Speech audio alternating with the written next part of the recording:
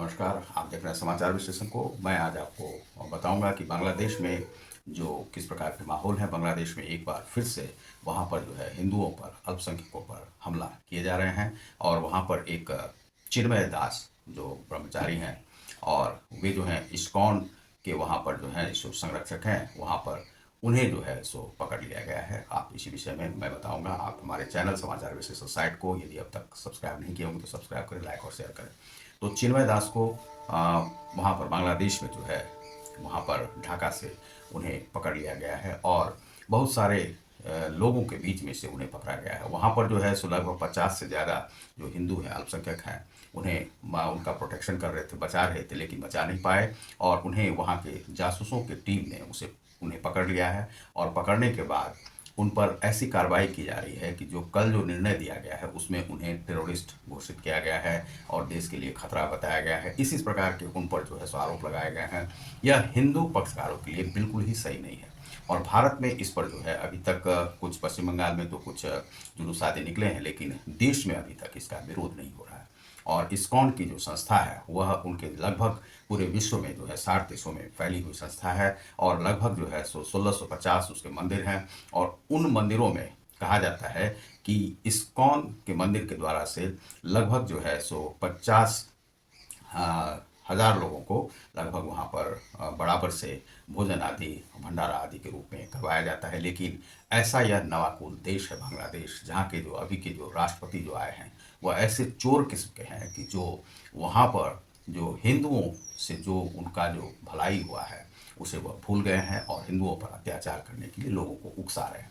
वहाँ के प्रशासन भी इस प्रकार से उकसा करके अल्पसंख्यकों पर जो है सो वह कर रहे हैं। इस प्रकार से चिन्मय दास को वहाँ पर गिरफ्तार किया गया है। काफ़ी और सारे लोगों को भी पकड़ा गया है। उन पर जो है सो कहा जाता है कि ये सभी देश के लिए खतरा है, ये आतंकवादी समूह चलाते हैं यहाँ पर।